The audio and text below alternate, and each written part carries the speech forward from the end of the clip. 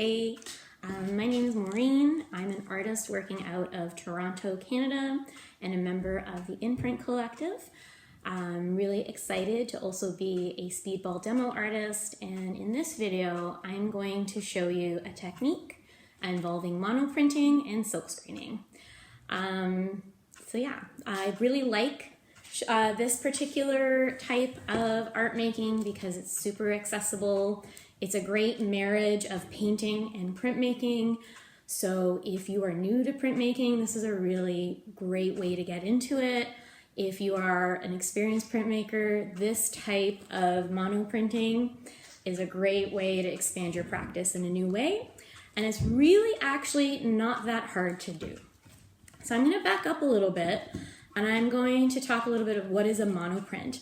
So you might hear monoprint or monotype being used interchangeably, and I'll probably even do that, but from what I understand, and feel free to correct me out there, a monotype is one of a kind. So even though you are making an impression in order to get your image, that's it. That's the only image you're going to get, whereas in printmaking in general, sort of the magic of it is the fact that you can repeat your image multiple times and develop editions and really send your art out into the world. With a monotype, that's it. It's one of a kind. There you have it.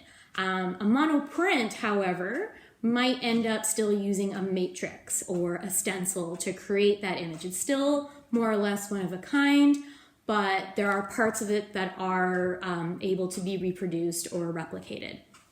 So I think we sort of fall in an interesting spot with the silkscreen method because we're not really in this case using a stencil or a mask, though you can, and we are using printmaking equipment, but I think we fall into monotype for what I'm going to show you. So I'm going to call it a monotype, and usually when we think of monotype, we might think more of the use of acrylic or oil paints to do the work or putting something on a gel plate, and so what makes this unique is that we're actually going to be using a silkscreen.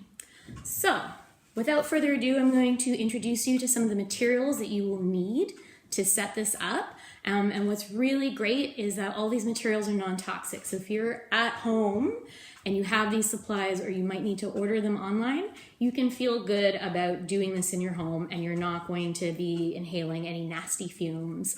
And it's really sort of easy. It doesn't take too much space in your space if that's a limitation for you as well. So what do we need? We need a screen.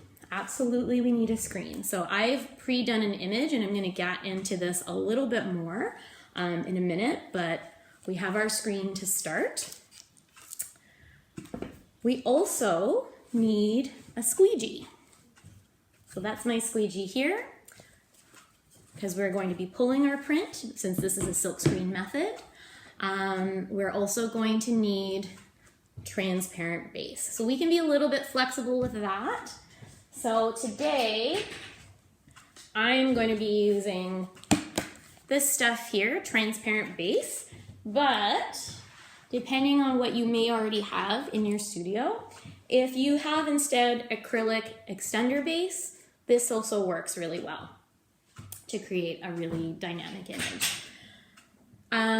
We also need our materials in which we're going to create this image. So this silkscreen method in particular uses water-soluble materials. So the painterly part is the fact that we're going to be using watercolors. So if you have a watercolor set that looks like that, you can actually also use watercolor pencil crayons. That's actually a super fun element of this practice. You can also use water-soluble crayons, and if you're so inclined, you can actually also use graphite and charcoal pencils, and I really actually like mixing my materials together to create a really fun and interesting image. That being said, if you are using a mix of materials, I might recommend that you let your layers of paint or graphite or crayon dry in between, because unlike paper, we're going to be painting actually directly on the silkscreen, and it takes a little bit longer for it to dry, and so the propensity to smudge is much higher. So this video is not going to be super long, but if you decide to take up this practice at home, probably the longest part is going to be actually building your image directly on the Silkscreen. So we have these great materials, we can have a lot of fun. I do recommend having at least semi-decent brushes, so whatever you might use if you were doing a traditional watercolor on paper, use the same brushes, take care of them, have some fun with them. If you have a lot of experience in watercolor, then this is great. You can sort of bring those skills into building your image. If you don't have a lot of experience with painting with watercolor, like myself, I do not consider myself a painter. I think just have fun. Have fun with it, experiment, and just go for it. This is a really beautiful sort of method, so I want to encourage you to take some risks with it. And then, of course, some other side things that you might not think about. We want tape, so you can use clear tape or you can use the blue tape that Speedball sells. So it's really sort of your preference. I like to use the clear tape in part because it allows me to see through to my paper when I get to the registration point. But the benefit of the blue tape is that it doesn't leave behind that sticky, tacky material when you peel it off. And if you're a silkscreener, you know that you don't want to leave tape touching your screen for too long because it can leave some nasty bits. And paper. So probably you're asking yourself, well, if this is a watercolor and a printmaking method, what paper should I use? You can use watercolor paper. That's okay. It works just fine. You might just want to be mindful of how heavily textured it is because we are still filtering these materials through a silkscreen. But printmaking paper is awesome. So this is what I'm going to use today. I also have some sheets of mulberry paper. So it's pretty versatile. And of course, scissors. And finally, one thing you might not be thinking about is tacks. So I keep these around. You're going to notice that my frame is wooden. So tacks are really great because they can just be pushed right in. And when I'm working on my actual image, I want to keep this elevated from the surface. So I'm actually painting on the inside. I'm not painting on the back. I can see that being tempting. And for sure, you can paint on the back if you want, but the pitfall of that is that then you're going to be working with the mirrored image. So I painted on the inside. Before I painted, I put these tacks on, and I also actually lined my edges with the clear tape. So you probably can't see it too well unless you can see the light flashing in it. But I covered up my borders as well. If I'm going to have areas that I don't want to paint in at all, I just want it to be the paper that I'm going to print on, I would probably mask those areas out as well because we're going to be using transparent base to push through and pick up the pigment. And that base sometimes can leave a stain you might not love on your paper. So if you're not going to absolutely fill this image up with watercolor materials, you're going to want to mask anything that you don't want. So how do we get our image on here? So there's a lot of different ways. If you want to just dive right in and freehand it, please do so. But again, remember to keep your screen elevated. If you have a metal screen, maybe take a Lego block and tape it on, but you want to keep it elevated as well because you're working with a wet material. The silk screen has tiny little holes. It's still a piece of fabric. So when you're adding wet media on top of it, the wet media, if this is like flush on your surface, is going to stick to the table. So we have it elevated. We're thinking about our image. Yeah, I could freehand, be super fun, but maybe I'm a little shy or there's details that I'm interested in. So you can have your image actually underneath. You'll be able to see through your screen, especially if it's a clean, fresh screen. So what I did as I went through my sketchbook and I found some of my favorite life drawing sketches, I picked a modest pose for this video to keep it PG. And I just actually took a photocopier and I blew it up to fill the space a little bit better. And all I did is I put it under here, which I can do because it's elevated. And I just sort of painted over from what I could see. So you'll use any of these materials again, we've got our watercolors. You're gonna treat it more or less the same as you would if you were painting on paper, but we're gonna be mindful again that it's gonna take a little bit longer to dry. The other piece of advice I would give you is if you are going to be working on this material and you have your image underneath, you're not gonna wanna be sitting like I am working on this. You're gonna wanna stand and you wanna be directly over your image, especially if you are sort of tracing it. And this is because if you're sitting like this, you're actually gonna get a warped view of your drawing and you're gonna mess up your proportions. So you wanna be standing directly above. Maybe you wanna start with your charcoal pencil just to get the lines in, let it dry, and then go back in and keep working on it. So if you are a silk screener, probably the fact that I keep saying let the material dry is freaking you out because we don't like to let pigments dry on our screens. But because this is water soluble, we'll be okay.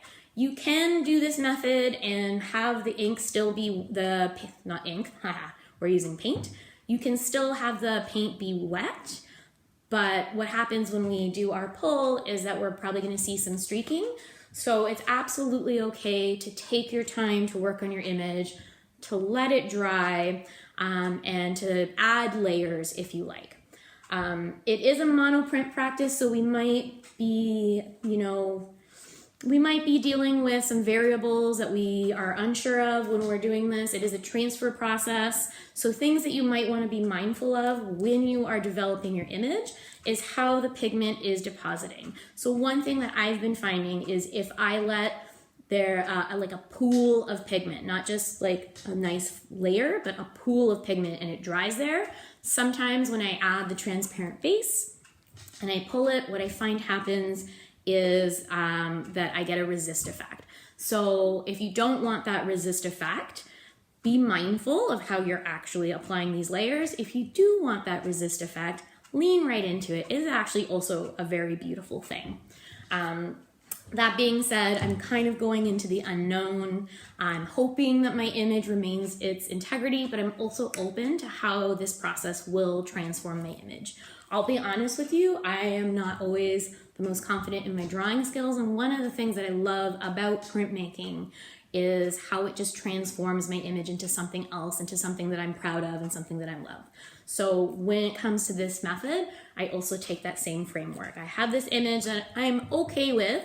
I probably wouldn't love if I did this on paper as this, but I'm really excited for what the transference process is going to do to this image to make it something much more dynamic and that I enjoy more.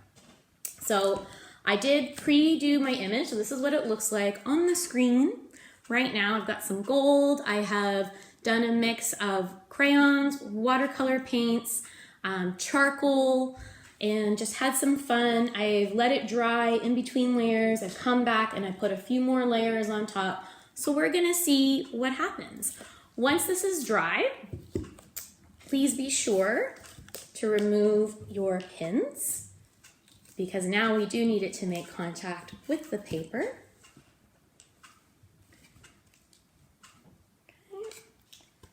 We're gonna leave the tape on. Ooh, I lost something there.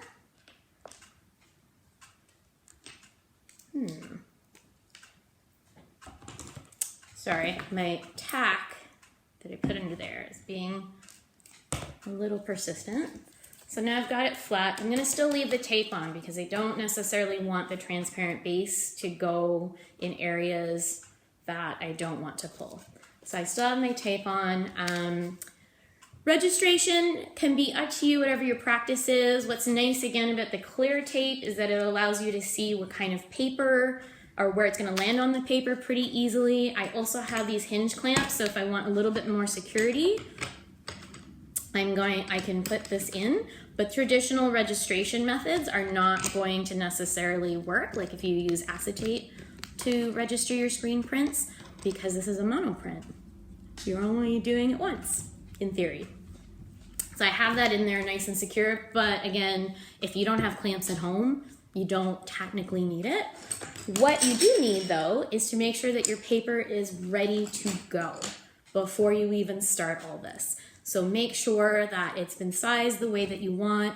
If you're unsure about your registration techniques, you can absolutely go for a bigger size paper, and instead of you know, trying to guess, you can cut your borders around afterwards. So I've got mine. I purposely did my image knowing it was gonna fit already perfectly to this pre-cut paper that is set at 8.5 by 11. And I also have my mulberry. So I've got my paper ready. This is nice and secure. If you want to use a low tack tape to keep the paper secure to the surface, you can. I'm fairly confident in my paper staying still though. So this is also a great opportunity for bleed prints. So you can have your image go right up to the edge and just have some fun. So I've got that happening. I've got my squeegee, and another thing to consider when you're preparing yourself for this is that your squeegee should be the size of your image. So I'm pretty safe here. That's pretty good. And now I'm going to use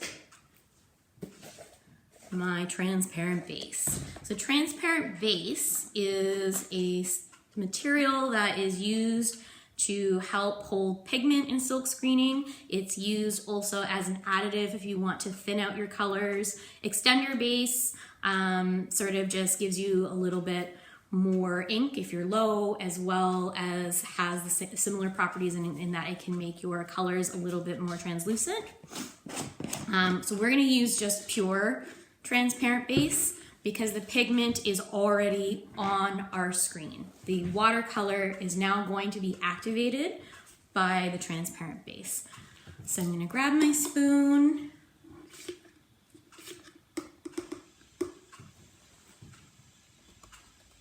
Okay, and I am putting it at the top. I'm just doing like a line, a ribbon here, at the top of my image where I have some tape, so that it's not going to be sitting, the transparent base is going to be sitting on my paper and possibly leaving a stain that might not go away.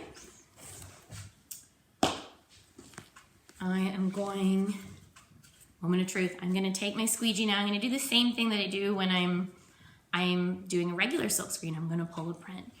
So I like to sort of what I call rock the boat, and I want to make sure that I have a nice line of transparent base on my squeegee.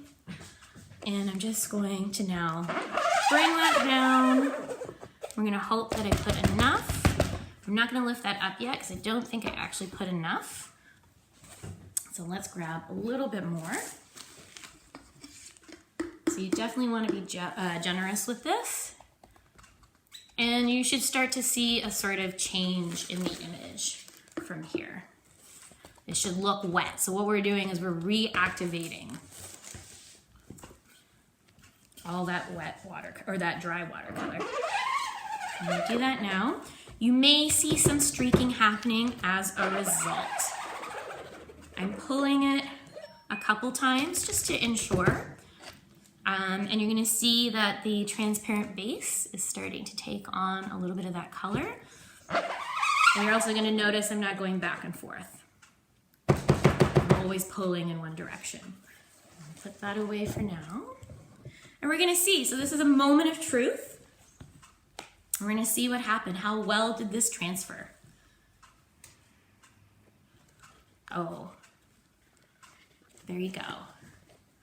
I'm pretty pleased with that. I wasn't sure that, I don't know that I could have predicted it, but one thing that we can see that happened is that because I did so many defining layers of charcoal that I got a bit of a resist happening, and I really actually quite enjoy that. I also had doubled up on some layers of watercolor paint, and I can see that some resist still happened. So I did earlier say that this is a monoprint, it's a one of a kind, we're doing it just once. But something that's really neat about monoprints and monotypes in general is that we can also play with some ghosts. So a ghost is basically the image left behind. So I'm gonna put that away. We can see here that actually I still have quite a bit of color left on here. So we're gonna now print the ghost. That image is only gonna print that vibrantly that one time. We're gonna see what's left. And what sometimes people find is that they much prefer their ghosts to their first image with this method. I'll leave that up to you. I kind of like it all, but again, you're the artist, so you can do whatever you want with these prints afterwards. Absolutely turn them into multimedia project. But now we're gonna see what happens if I print the ghost. This time I'm gonna use the mulberry paper, so you can sort of see the difference that paper can make. So I'm gonna recharge a little bit. I'm not gonna necessarily clean this off. I'm not super worried, I find, that the pigment that's now in my transparent base that's already up here is going to do any more smudging.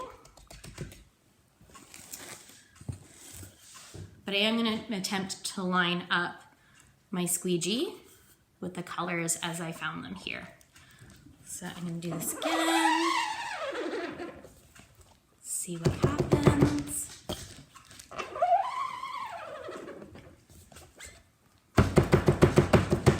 Okay. Moment of truth. Ooh. See, I think I might like my ghost a little bit better. I'll leave that up to you to decide. Okay, so what happened with the ghost is that I got less of a relief effect. It's much more faded, and that's why we call it a ghost. The ghost is never going to be as vibrant as the intended image, but still has a really interesting effect. And you can keep printing your ghosts. See what happens when you print your ghosts. How ghostly do they get?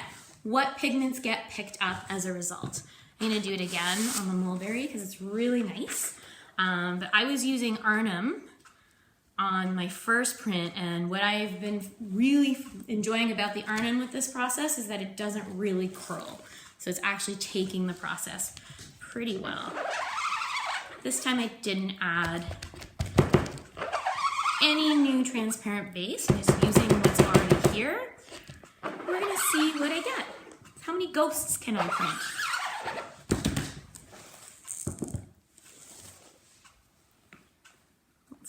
This will be the last ghost I print for this video. Ooh. Yeah. So we can see my charcoal lines as I keep printing the ghost are coming up in much bolder ways, while my watercolor surrounding the image, as well as on the body, are starting to really come back. So I'm getting a really neat effect, and I'm probably going to continue printing 1 or 2 more ghosts after this video, but I'm just looking at the time and I'm realizing we're about to hit 25 minutes. So I want to say thank you if you made it to the end of this video, and I hope that you will share with the world what you've made if this video has inspired you. And I'm going to encourage people to leave questions in the comments, and hopefully I will see them and I can answer your questions. But yeah, it was really sort of a simple process, and really the longest part of this is going to be working on your image. And it's a process I find super satisfying, especially if you want to create something really painterly or just beautiful. So thanks for your time and happy printmaking. See you. Hey everyone, sorry, I have a quick add-on that I realized I forgot to mention, and I think it's really important. When you are done printing and you're like, okay, I've got all my ghosts, this is as far as I'm gonna take this, make sure you wash your screen. It's actually, the materials that we're using are pretty gentle on the screen, so it will wash off very easily with just regular soap, dish soap, and water. And the reason we do this is that we don't want these pigments that are now activated by the transparent base to dry now in our screen and to actually leave a ghost. You can see there's actually the slightest ghost here. I can see right through it, so I know it's not going to really interfere with other images I might put on this screen going forward. but what you don't want is a poltergeist on your screen that will really sort of mess up any future stencils that you want to use. So be sure to wash your screen afterwards, as well as taking off that tape. We don't want to leave any nasty bits, especially if you're using the packing tape in particular, the clear packing tape. And I'm just going to hold up another screen, because even though I just sort of did that as a mono type, if you wanted to turn it into a mono print, you could in fact use your emulsion to make a stencil, or you could use masking tape to make a stencil, or maybe not masking tape, maybe packing tape. Any of the ways in which you can make a stencil with a screen, and you can also fill in those areas using this method. And so you could, in theory, create a really interesting mono print or a varied edition. So this is my real sign off. Please take care and make some art. Thank you.